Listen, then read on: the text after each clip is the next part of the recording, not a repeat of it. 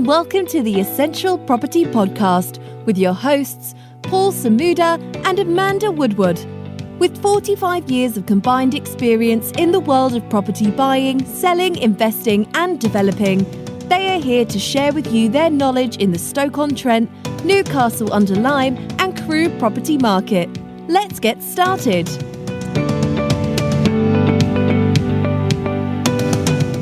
Welcome to episode 6 of the Essential Property Podcast, where we discuss all things property related within Stoke-on-Trent, Crewe and the Newcastle-under-Lyme areas of the country. The podcast is directed at landlords, investors, agents, or anyone new to the area and thinking of investing in residential or commercial real estate.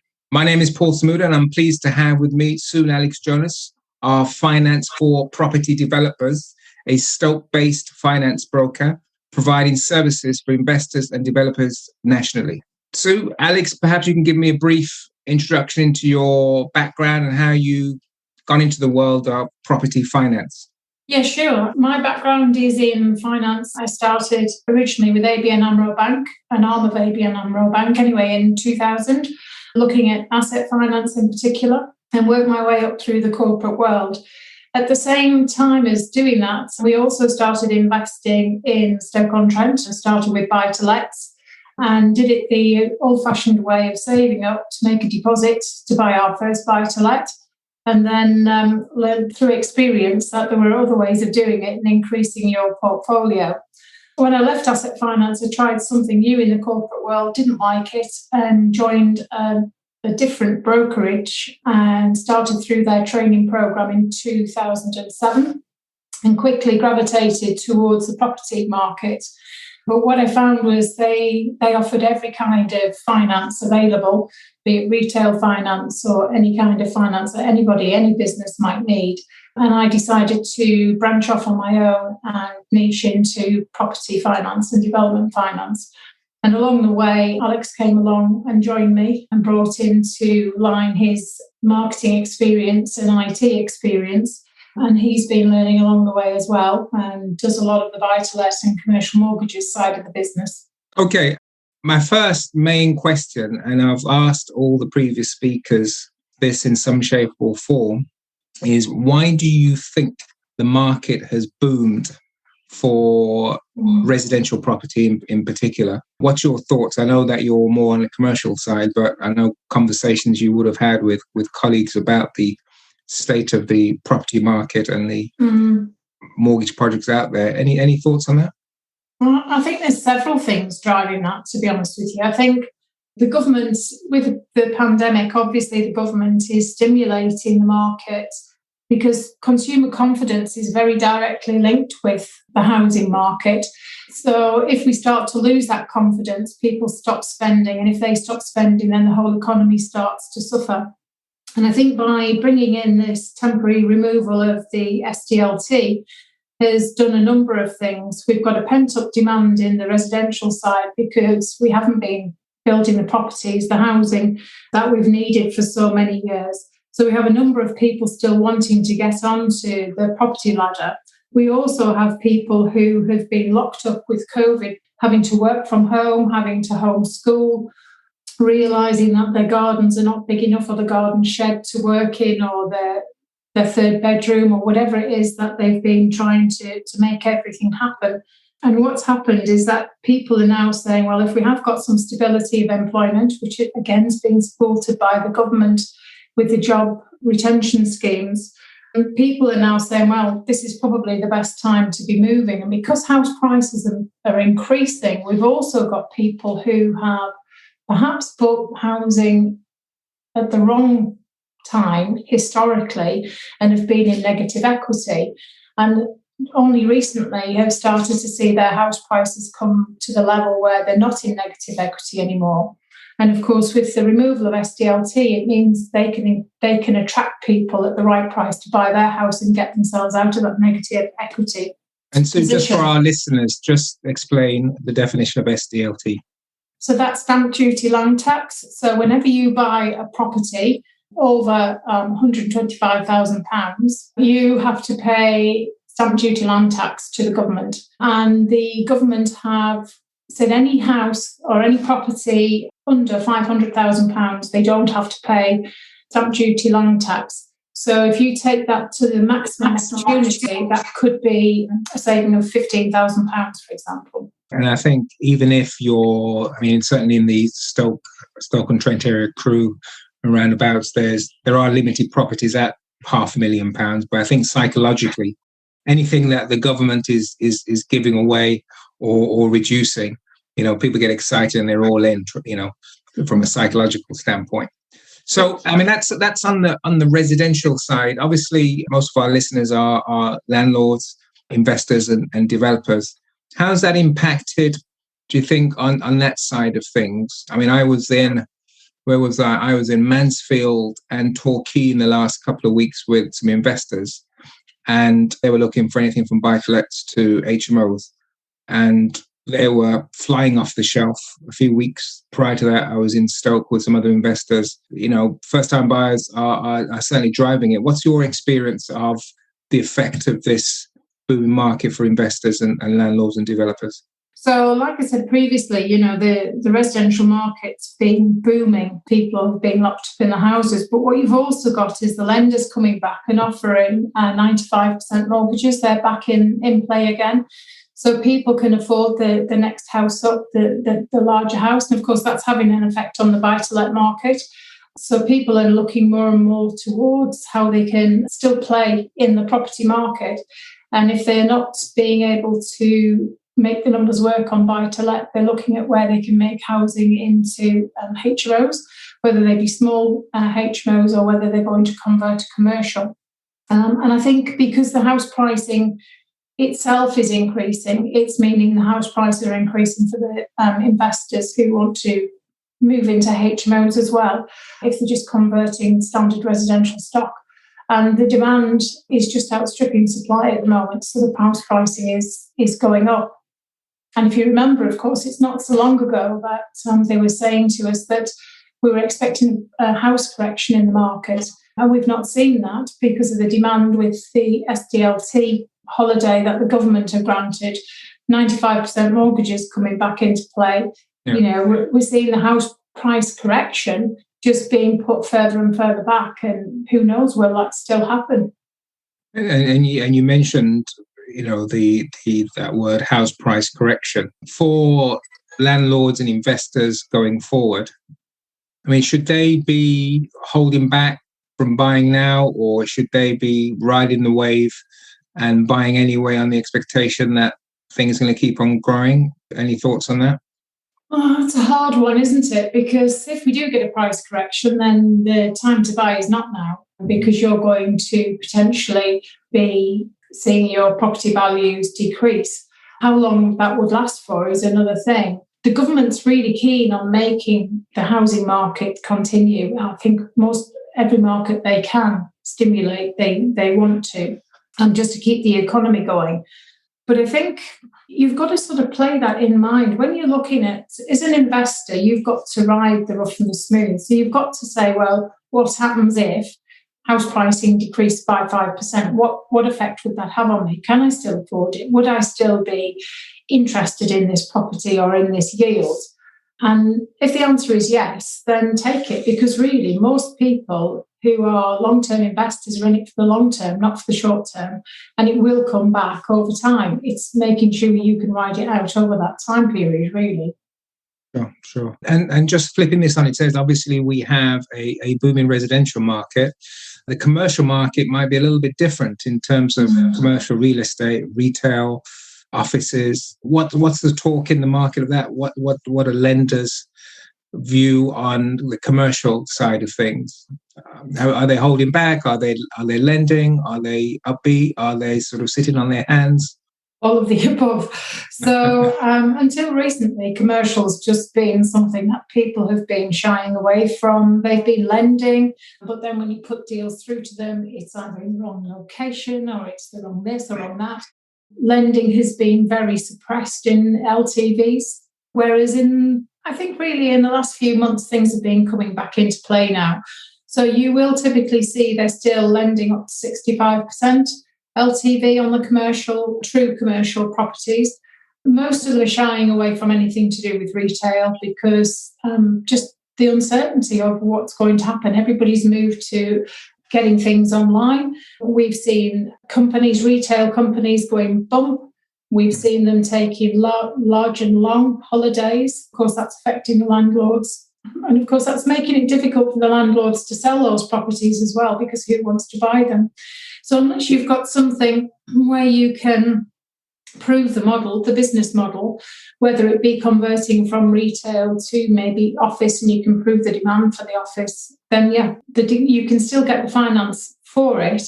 It's just a limited number of people who will be lending on it, and it will be 60-65% LTV in the main. If you've got a strong lease covenant with a strong covenant tenant, then you still can get slightly higher than that. But really, they are far and few between. It's really more about what we can convert them into and prove the demand there. And anything that converts to residential, then that tends to get the go-ahead.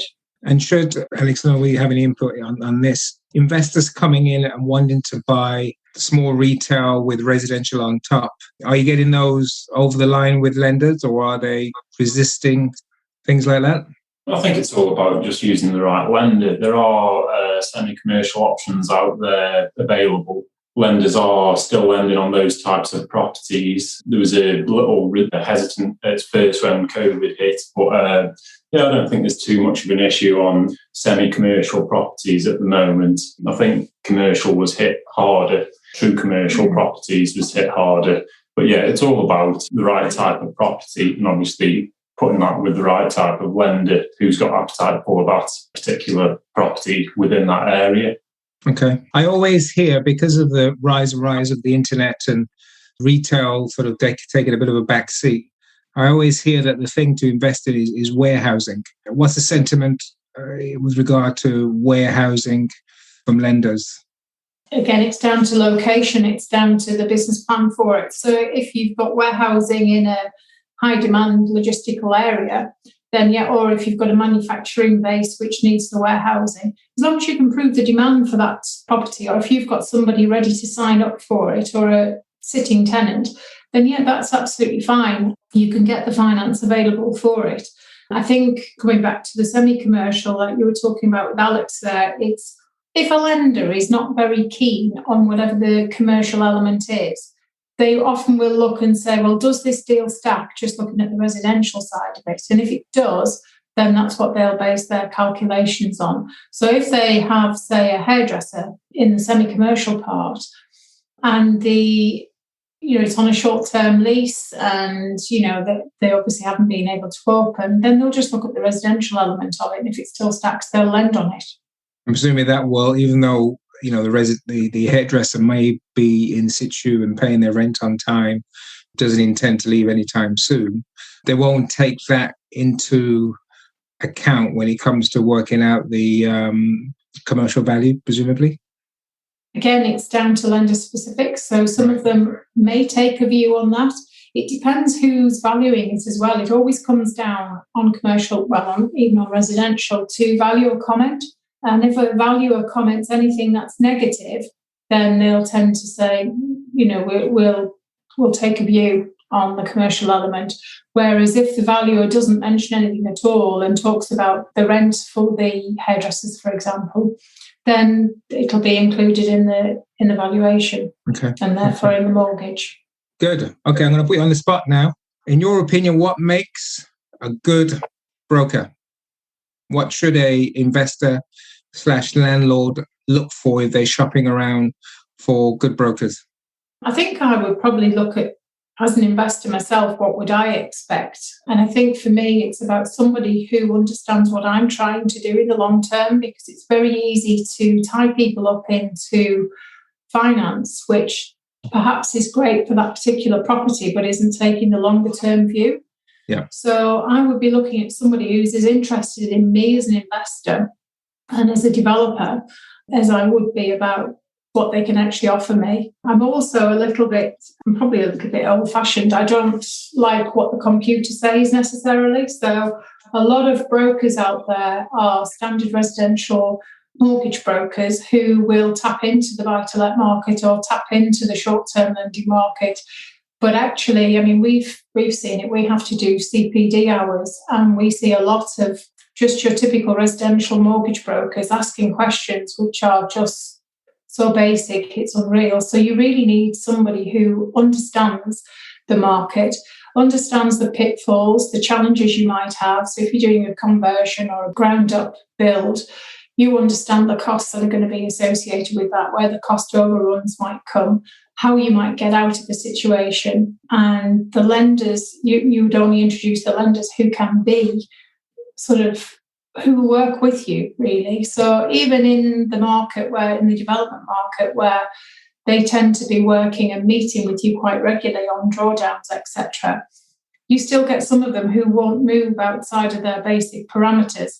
Now, as a broker, you need to know if you think that site is going to have any challenges, and if it is going to have challenges, how are you going? So you need to be mitigating the risk all along the process, because even though a broker gets paid at the beginning, I would be looking for a broker who's going to be there to the end and who's going to be standing by you if you need to recut your finance. What's your thoughts on that, Alex? I know you're quite... Exactly. So you need somebody that's going to stick with you all the way through when things are starting to get challenging. You aren't always going to get a yes every time. You need somebody that's going to keep on looking for alternative options if there aren't the obvious options aren't there for you straight away. Just somebody that's going to keep on persevering and find you the finance that you're happy with in the end, essentially. I think a lot of brokers as well tend to sign up for standard pieces of software, and you input the people's information and it'll give you the options of what lenders are available. But when we've looked at these pieces of software, none of them give you a whole market analysis. So, we will look at it. And so we don't subscribe to any software. We have our own database of lenders. And we literally pick up the phone and talk to people about the current situation. And if necessary, we'll talk to underwriters to say, look, this doesn't really fit as a standard, whatever it is, but this is where we think it does come through and how we actually think it'll be a good proposition for you. And by talking to underwriters and trying to mitigate the risk with them, it means before it gets to their desk, you've actually got somebody to sanction it or to approve it. Well, not approve it, but to agree to it in principle. So that as long as the valuer comments come through satisfactorily, then, you can get it. So it's somebody who's working with you and who understands the site as well as you to actually get the right solution for you in the end. So I think it's somebody who sort of works outside the box, really, I'm thinking of. Great. Good stuff. Thank you. I understand that, because of the growth on the residential side in terms of mortgages and applications and first-time buyers, that might be spilling across in terms of delays on the sort of investment side and the buy-to-let HMO commercial side. How are you finding that? Are there delays? Is it getting any better? Is it business as usual? So again, that comes back to what type of broker you're using and how they're actually taking that business and where they're placing it. So anybody who is a lender who's in the residential space, they've seen some very large and lengthy delays. When you're sitting in the commercial space, it's not as bad. We have a few lenders who've struggled, but they tend to struggle with the solicitors more than anything else. Valuers are all up and running now. I think the solicitors are struggling a little bit because they haven't got their paralegals sat next to them and taking workload off them and things like that. We've found a lot of them now have come through, haven't they? Most of those delays that we've... There was a transition with them all having to obviously work from home. That causes delays, just being able to get hold of people has been a challenge. But some of the smaller lenders have dealt far better than some of your main high street lenders who just couldn't really cope with trying to set up the working from home. So some of the smaller lenders in this case are performing far better than your high street lenders, which you wouldn't typically expect in this type of situation. Your high street lenders as well are so highly regulated that they have to do things like record all telephone calls. So when you've got people working from home, and every telephone conversation has to be directed to the right person, and then has to be recorded, and then has to go through the right processes to make sure that they're following the due diligence. It makes it really difficult for them. And those have been the lenders who've also had to do the bounce back loans, the CBILS loans. And of course, that's just all been added demand, and then all the payment holidays for mortgages. So you can imagine all this demand, extra demand coming on, and then the restrictions of working from home. It's just been really difficult for them, and they have worked through it and they have managed it. But the more bespoke lenders have been the ones who've tended to rally around and respond a lot quicker. Right. I think sometimes it's easy to forget that, we might be dealing with the buy-to-let arm or the commercial arm, but they're part of a larger banking group who are, financing the sort of normal businesses with the bounce back loan, et cetera, et cetera. No, that's a very good point. Very good point. Now, I know that we've spoken in the past of working with overseas investors. How's that looking? I know we've managed to get a couple over the line, but they haven't been straightforward. What's the lender appetite with regard to overseas lenders? The people from Hong Kong, Australia, they're strong investors in the UK. What's the view at the moment? So the challenge for a lender with anything that's overseas is making sure that it complies with anti-money laundering, and for them to get to know their customers. It's part of the regulation they have to satisfy as a lender. So the first thing is, where's the funds come from? So as long as we can prove where the funds have come from, and if they've come from certain countries, then they just instantly say no, and that's it. We have done a deal where the money actually came from Iraq, and we did manage to get it through. I wouldn't say it was the easiest thing we've ever done. And it literally cost them a lot of money to get that through. But they were actually part of the company. They were actually brothers within the company that was running the investors who were running in the UK. And we could actually prove those links. And then we had to get solicitors in Iraq to actually do all of the due diligence for them and sign them off. And they had to be very reputable solicitors in that particular country. Most people don't want to go through that expense or that time delay. So what we say is, there are a number of lenders, and we've actually been talking to a few who are considering bringing it more open to this, because there's more and more demand for people who want to work. So people overseas wanting to work with UK investors, as well as overseas investors wanting to come in and do it themselves. The key things are to help a lender is that the overseas investor has either a UK bank account, and some lenders are now looking at allowing them to have an online bank account. So that means they don't even have to come to the UK to sign it up. Yeah. So it's proof of deposit. So where's the funds coming from? Have they got either a UK residency, and that doesn't have to be a residential property they live in, but it might be an investment property. So is there some sort of link to property in the UK, or do they have a UK bank account? So those are the three sorts of things that we're keen on finding out. As long as that person doesn't live in one of these countries, such as Iraq and Iran and places like that, then typically you can get them away. It will take longer, and the interest rates tend to be higher. And that's because of the risk that the lender sees and the extra workload they've got to go through to keep it within their parameters throughout the course of the mortgage. Okay, good stuff. And in terms of the market generally, the podcast is focused on Stoke-on-Trent, Newcastle, and Crewe. In terms of experience, any issues with getting mortgages away, getting deals done locally versus other parts of the country? Are we in step with other parts of the countries in terms of funding deals, or are we a little bit behind or a little bit ahead of the curve?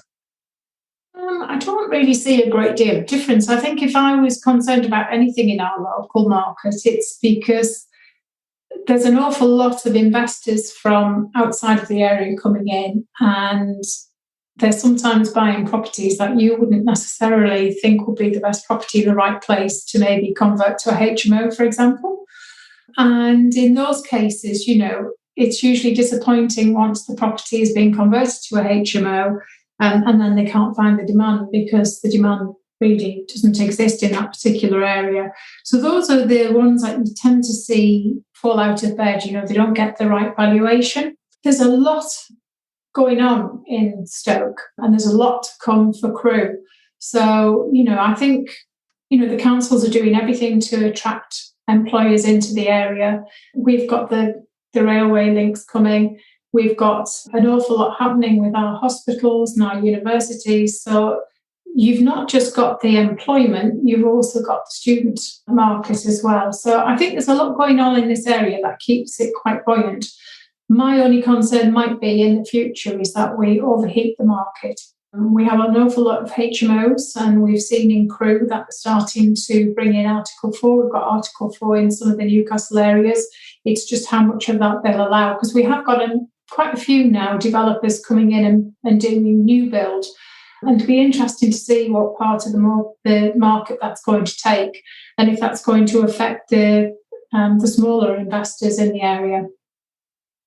Okay, good stuff. All positive. What about bridging? A lot of new investors, go to auction. They want to buy the property for cash and then refinance it down the road, or use a little bit of development finance. Any pointers, any view in terms of the bridging or development finance market that you think would be useful for our listeners? I think bridging is very popular.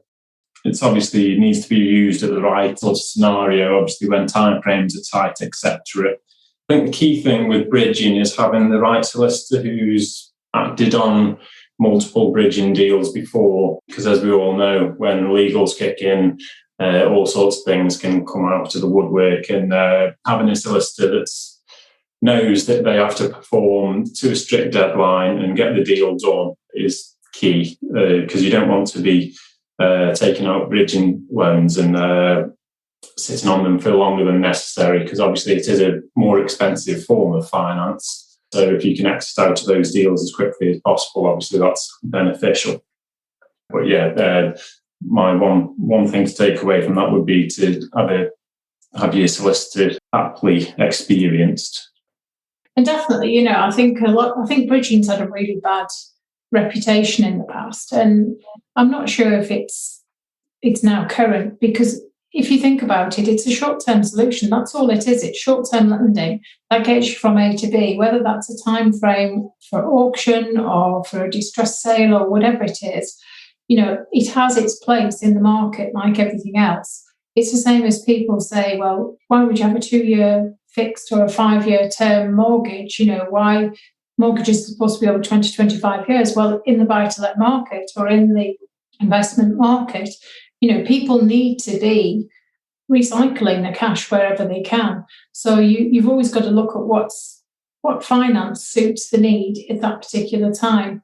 And if you have a shortfall or you have a need, so a lot of people at the moment are using bridging because they're wanting to buy multiple properties and they can't do it with the finance that they've got themselves, the cash in hand at the time. So it's using the right tools at the right time, really.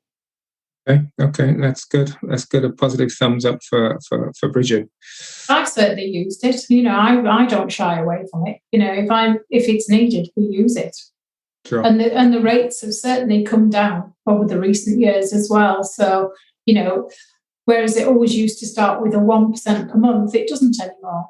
Right. You can get finance from sort of 0.6, 0.5, 0.6 a month. Which is really competitive given the speed in which they can turn things around and the flexibility that they have. Yeah. No, absolutely. That's good stuff. This may be an easy question, maybe a difficult question, a bit of crystal ball gazing. The direction of interest rates. Obviously, base rate is 0.1% at the moment. There was talk of it going even lower than that into negative interest rates, but that seems to have not happened. The PMs, sort of been very, very optimistic about the economy going forward. Should investors be fixing now for 2, 3, 5 years? Should they be going tracker for a year or so to see whether any better deals come out? Any thoughts on that for buy-to-lets and HMOs? I don't think it's going to get any better. Do you? In the short term, I don't think we will go to negative. It would take something quite major in the market, I think, now to make us go into negative interest. So I think now, if you're going to do it, fix it now, because you've got nothing to lose, have you? Yeah. Whereas I can't see them increasing dramatically over the next 12 months or so. So if people do want to do a tracker, then it's not going to hurt you for the next in the very short term. But I don't see any reason not to fix and to know exactly. So you know exactly what you've got and what your payments are going to be over the next 2 or 5 years. I think again, fixed interest has a place in your strategy. It makes you know what your costs are going to be. I think as long as you're not going to be looking at selling that property, because obviously you've got your ERCs, but some lenders are being quite clever now in that they'll give you a 5-year fixed with maybe only 2 or 3 years ERCs. Okay. You have to pay a little bit more in interest, but again, it gives you that flexibility of knowing I might need that money in 2 or 3 years, or I might need to reinvest it or refinance it. So it's. And just for our listeners again, just define ERCs. Early repayment charges. Sorry. So this is where you might take a 5-year term. So they are expecting you to pay that money over 5 years. If you want to then sell it after 2 years, then they won't have made their money back, in which they have calculated their returns. So what they do is they charge you an early repayment charge, which kicks in every year. So if you've got a 5-year fixed, you will pay an early repayment charge for those 5 years. If you then go over your 5 years and you go on to your variable rate, then there's no ERCs. Well, apart from typically there is the odd lender who has a 1% tail, which we try to avoid if we can. Okay, great. I think that probably wraps up our session today. That was very, very useful information. I think all in all, it's broadly positive and very active in Stoke Crewe and Newcastle. And it sort of watched its space in terms of the economy. If people need to contact you, get some advice, use your services, what's the best way of doing that? Yeah, well, we've got a number 0333 444 1212 that they can contact us on, or you can contact us on Sue.Jonas at financeforpropertydevelopers.co.uk or Alex.Jonas at financeforpropertydevelopers.co.uk. And spelling of Jonas, Jonas. That's right, yeah.